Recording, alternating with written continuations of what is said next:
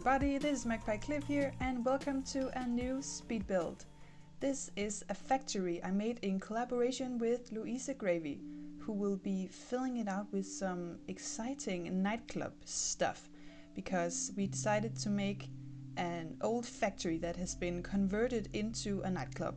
So it still has remains from its time making something, I guess, toxic, because it has a lot of glow in the dark kind of liquids spilling out everywhere. There are puddles and leaks and ponds filled with some green radioactive looking stuff all over the place. But I guess the town has decided to keep it as a reminder of the glorious days where they made something toxic uranium stuff. I don't know. Actually, we haven't thought that much about it. I just really wanted to make something in this style, this abandoned factory thing. And then Louise Gravy and I, who I am collaborating with, we decided to make this into a nightclub because we thought that could be fun. Yeah, so we're keeping it in kind of a spooky Halloween-y vibe, like in the previous video, which was a collab with Unique Simmer. If you haven't checked that out, remember to go do that. It's the one called Creepy Fang. We're making a vampire house. So speaking of spooky and Halloween, here in Denmark, where I'm from and where I currently live, we don't really have Halloween, not in the same way they do in America. Which I actually don't know. Is Halloween from America originally? Let me know, or I can just Google it myself. But here in Denmark, we don't really have it in the same way. It has kind of evolved in our culture over the last couple of decades. I remember for my 10th birthday party, which was 18 years ago now. God, I'm so old. It wasn't really a thing here. I remember my mom, she went to our local library and to look for books about Halloween, to find inspiration for decorations and stuff. And they had to order some extra books home for her because they didn't have any. And you know, back then the internet wasn't like a huge thing.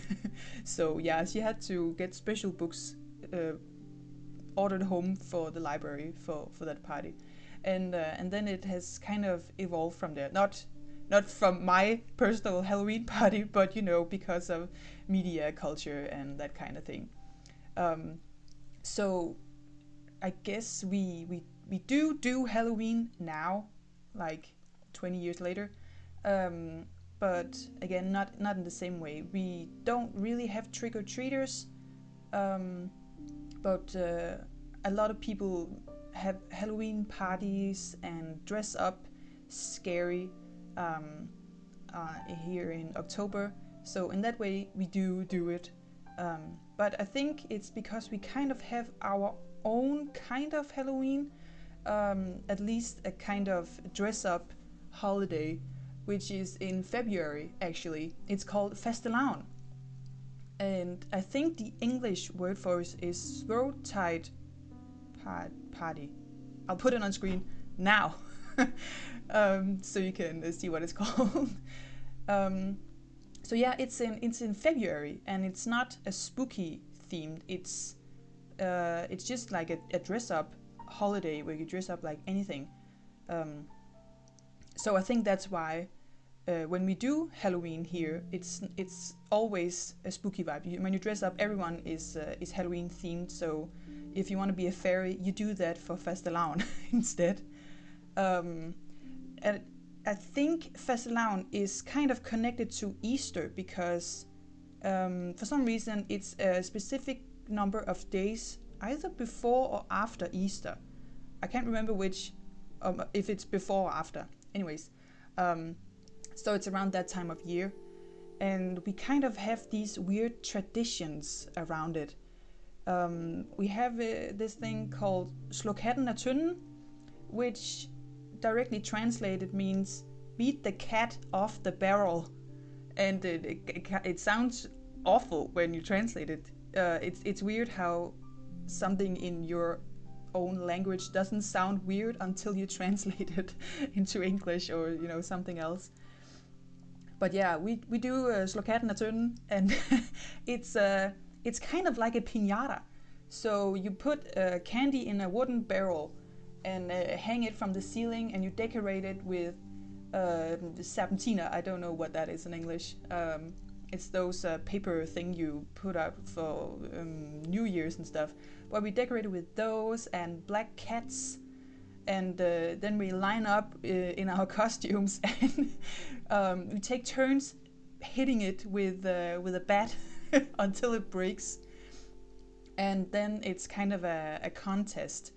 So, and there's kind of a debate on who gets what prize, because we have the kattedronning and kattekonge, and it means the king cat or queen cat. And I think it's when you beat the bottom out of the barrel so the candy falls out. That person is the king queen. No, sorry, cat queen. The cat queen, or queen cat or whatever. And then the person that beats the last piece of the barrel off of the rope that it's hanging from is cat king cat. So that's a fun thing we do at Fastelavn. So yeah, basically doing the piñata thing for a kind of Halloween party. So that's how we do it here in Denmark. We're weird like that. But what's even weirder, like I said, it's called beating the cat off of the barrel. In the old days, I think it's like 100 years ago, when this oh my god, what's that word? Tradition, when it started. Beating the cat off of the barrel was a very sinister thing, because you would actually put a live cat into the barrel, and then kids would beat on the barrel until the cat was dead. So it's actually quite awful, and I'm very happy we developed and put candy in the barrel instead, so we're not beating on a live cat. But we still decorate it with cats, and we have the cat king and the cat queen thing instead, which is kind of fun. So yeah, that's a kind of Halloween-ish thing we have here in Denmark. Actual Halloween is still coming more and more every year. There are more and more Halloween parties, and sometimes you actually do see trick-or-treaters, but it's not like at Fastelavn where people like get ready for it. So I forgot to say that we do have some kind of trick-or-treating, but it's at Fastelavn, and it's called Rasle. So you go out and you actually have to sing a song to get candies. You don't just, they open the door and you say trick or treat and you get candy. You have to like go knock on doors, then they open the door and you have to sing a song, and then you get candy. So I remember sometimes people like, oh, you have to sing another verse until you get candy.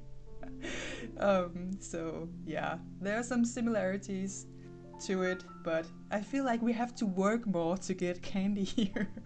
And if you don't like singing, it's very annoying to go rasle by yourself. But luckily you often have friends with you. So anyway, that was a little Danish tradition history for you today. I hope you enjoyed it. I hope you enjoyed this build. Remember to go check out Louise's build right after this. That's what I will do, definitely. Have a great day. Thank you for watching. I'll see you next time. Bye!